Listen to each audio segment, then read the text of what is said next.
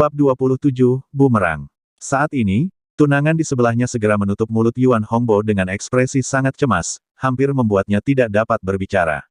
Yuan Hongbo sangat tidak senang. Dia memelototi tunangannya dan mengutuk, "Mengapa kamu menutup mulutku? Apakah kamu gila?" Tunangannya juga marah. Ini adalah Raisa Xiao, wanita tertua dari grup Xiao, dan putri Tuan Renaud Xiao.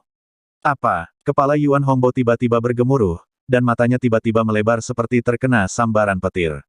Wanita cantik di depannya adalah putri Renaud Xiao, wanita tertua dari grup Xiao. Dan wanita tertua dari grup Xiao datang menemui Riansu secara langsung. Pada saat ini, Yuan Hongbo merasa bahwa seluruh dunia tidak nyata. Bukankah mereka setuju bahwa Riansu adalah burung phoenix yang putus asa dan tidak sebaik seekor ayam? Mengapa sekarang wanita tertua dari grup Xiao datang menemui dan menjemput Riansu secara pribadi? Adakah yang bisa memberitahunya apa yang terjadi? Belum lagi betapa malunya Yuan Hongbo saat ini. Awalnya, dia sengaja mengejek Riansu hari ini dan mencari kesenangan dari Riansu. Namun, Riansu menamparkan wajahnya dengan backhand-nya, yang membuatnya sangat tidak nyaman. Raisa Xiao memandang tunangan Yuan Hongbo dan bertanya dengan bingung, "Apakah kamu mengenal saya?" "Nona, nama saya Rara Zeng, dan saya adalah ketua tim departemen bisnis grup Xiao." Rara Zeng tampak bersemangat dan gugup. Baginya, bertemu wanita muda seperti Raisa Xiao mirip dengan penggemar bertemu dengan idola mereka. "Nona, aku selalu mengagumimu." Raisa Xiao mengangguk lembut, menatap Yuan Hongbo, dan berkata dengan tenang, "Apakah dia suamimu?" Rara Zeng merasakan tekanan yang luar biasa dari Raisa Xiao, yang jauh lebih besar daripada tekanan dari atasannya. Dia menggelengkan kepalanya tanpa sadar dan buru-buru menjelaskan, "Tidak, tidak, dia dan saya baru saja bertunangan. Kami belum menikah, dan dia tidak masuk hitungan untuk menjadi suami saya." Riansu berada di pinggir lapangan dan berkata, "Bukankah kalian baru saja berteriak seperti seorang suami istri? Mengapa kamu tidak mengakuinya dalam sekejap mata? Bagaimana mungkin Rara Zeng berani mengakuinya?" Sekarang siapapun yang memiliki pandangan tajam dapat melihat bahwa Riansu dan Raisa Xiao memiliki hubungan yang sangat baik, dan Yuan Hongbo telah benar-benar menyinggung Riansu. Sekarang dia hanya bisa membuat alibi untuk tidak ikut bermasalah. Dengan identitas Raisa Xiao, dia bisa saja dipecat hanya dengan satu kalimat. Jadi dia harus memutuskan hubungan dengan Yuan Hongbo. Sampai saat ini, Raisa Xiao masih belum mengetahui apa yang terjadi. Dia menatap langsung ke arah Riansu dan berkata, "Tuan Su, bagaimana menurut Anda, apakah Anda ingin saya memecatnya?" Ketika Rara Zeng mendengar kata-kata ini, tubuhnya langsung gemetar, wajahnya penuh ketegangan dan kecemasan, dan dia menatap Riansu dengan mata memohon, berharap Riansu akan cukup murah hati untuk melepaskannya. Yuan Hongbo akhirnya sadar pada saat ini. Dia memandang Riansu, tidak lagi superior dan sombong seperti sebelumnya.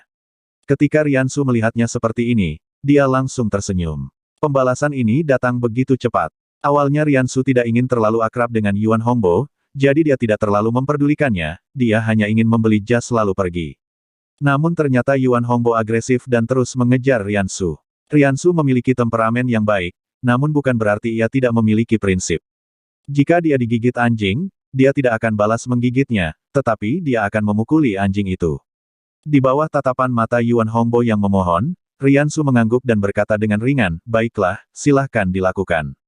Raisa Xiao menjawab, "Oke." Baginya, memecat Rara Zeng hanyalah masalah mudah, dan tidak akan berdampak apapun pada grup Xiao.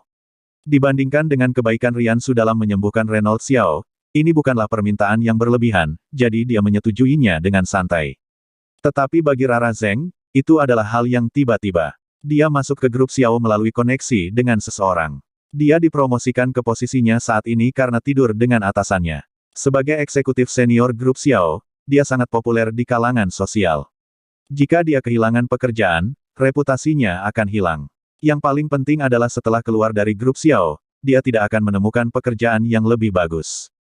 Tidak, dia berteriak panik dan segera membungkuk kepada Raisa Xiao untuk memohon, "Nona, tolong jangan pecat saya. Saya tidak pernah membuat kesalahan di grup Xiao dan selalu bekerja keras. Anda tidak bisa memecat saya." Raisa Xiao berkata dengan tenang, "Ini adalah permintaan Tuan Su. Tidak ada gunanya kamu memohon padaku." Rara Zeng segera memohon pada Riansu, Tuan Su, saya salah. Saya seharusnya tidak mengatakan apapun kepada Anda. Sekarang saya memiliki banyak tanggungan di keluarga saya. Saya mohon Anda berbaik hati kepada saya akan melakukan apapun yang Anda minta." Kemudian dia berkedip ke arah Riansu dan dengan sengaja menarik pakaiannya ke arah Riansu, memperlihatkan sedikit celah dadanya untuk dilihat Riansu. Harus diakui bahwa garis karir Rara Zeng masih sangat kuat, putih dan penuh. Maksudnya sudah sangat jelas. Jika Riansu menunjukkan kebaikannya, dia akan bersedia tidur dengan Riansu. Yuan Hongbo di samping melihat tindakannya dan sangat marah hingga seluruh tubuhnya gemetar. Dia menunjuk ke arah Rara Zeng dan berteriak, pelacur. Apa yang kamu lakukan? Tidak ada yang lebih memalukan daripada melihat wanita Anda sendiri berhubungan dengan pria lain di depan mata Anda. Rara Zeng akan mengkhianati Yuan Hongbo secara langsung. Rara Zeng tiba-tiba menjadi kesal dan mengutuk, siapa yang kamu sebut pelacur? Siapa lagi kalau bukan kamu? Aku masih di sini. Kenapa kamu merayu orang lain di depanku, dasar perempuan jalang? Yuan Hongbo sangat marah karena tunangannya pergi merayu Riansu dan menunjukkan belahannya kepada Riansu. Rara Zeng sangat membenci Yuan Hongbo sekarang. Jika bukan karena Yuan Hongbo, dia tidak akan pernah menyinggung Riansu, apalagi dipecat oleh Raisa Xiao. Sekarang Yuan Hongbo benar-benar berani memarahinya, mengira dia juga tidak marah. Jadi dia hanya meraih tangan Riansu, menjepitnya di antara payudaranya, dan berkata dengan genit kepada Riansu, Tuan Su, selama Anda bersedia menunjukkan kebaikan Anda, saya akan mentraktir Anda makan, malam ini. Riansu terbatuk 2 kali dan takut dengan perilaku terbuka Rara Zeng. Tunangannya masih di sini tapi dia berani merayunya. Mata Yuan Hongbo terbelah saat melihatnya, dan dia segera mematahkan kewaspadaannya dan kehilangan kendali. Jalang, aku akan menginjak kepalamu dan membunuhmu. Dia berteriak aneh, dan kemudian bergegas menuju Rara Zeng, ingin memberi pelajaran pada Rara Zeng. Riansu segera melepaskan Rara Zeng. Bukan karena dia takut pada Yuan Hongbo, tapi ini adalah masalah antara pasangan muda-mudi dan dia tidak perlu terlibat. Rara Zeng juga bukan orang baik. Dia dan Yuan Hongbo segera bertengkar, dan suasana menjadi sangat panas. Tapi Rara Zeng adalah seorang wanita, dan dia bukanlah tandingan Yuan Hongbo. Dia dengan cepat dipukuli sampai dia berteriak, Yuan Hongbo, aku ingin memutuskan pertunangan. Aku ingin memutuskan pertunangan denganmu. Ketika Yuan Hongbo mendengar ini, dia berdiri di sana dengan pandangan kosong. Pada saat ini, dia kebetulan melihat ekspresi Riansu di samping seperti dia sedang sangat menikmatinya. Riansu senang. Apakah bumerang itu mengenai Yuan Hongbo? Toko pakaian berada dalam kekacauan besar. Riansu menghela nafas pelan saat melihat situasi ini. Nona Xiao, ayo kita pergi. Baik, segera, Riansu dan Raisa Xiao meninggalkan toko pakaian dan berjalan melewati etalase toko di sana. Raisa Xiao berkata, kamu sepertinya menikmati ini, berpura-pura menjadi kuat. Riansu sedikit terkejut saat mendengar ini, mengapa kamu berpikir seperti itu? Rian Xiao meliriknya dan berkata dengan tenang, aku baru saja muncul di tempat kejadian, kamu pasti merasa sangat bahagia. Tidak apa-apa, aku juga tidak terlalu memperdulikan mereka. Riansu mengatakan yang sebenarnya. Tapi di mata Raisa Xiao, itu hanya sebuah kemunafikan. Raisa Xiao tertawa kecil dan berkata, benarkah? Melihat maksudnya, Riansu jelas tidak percaya pada dirinya sendiri.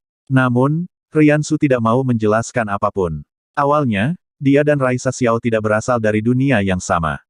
Jika bukan karena permintaan Renault Xiao, dia tidak akan menjadi pengawal Raisa Xiao kali ini. Melihat Riansu tidak menjelaskan, Raisa Xiao merasa Riansu benar-benar berkulit tebal, dan kesannya terhadap Riansu menjadi lebih buruk. Dia berkata langsung, Riansu, saya orang yang jujur, dan saya tidak ingin menyembunyikan apapun yang ingin kukatakan. Riansu menatapnya, kebetulan sekali, saya juga sangat jujur. Jadi Nona Xiao, jika ada yang ingin Anda katakan, katakan saja secara langsung. Bersambung ke bab selanjutnya.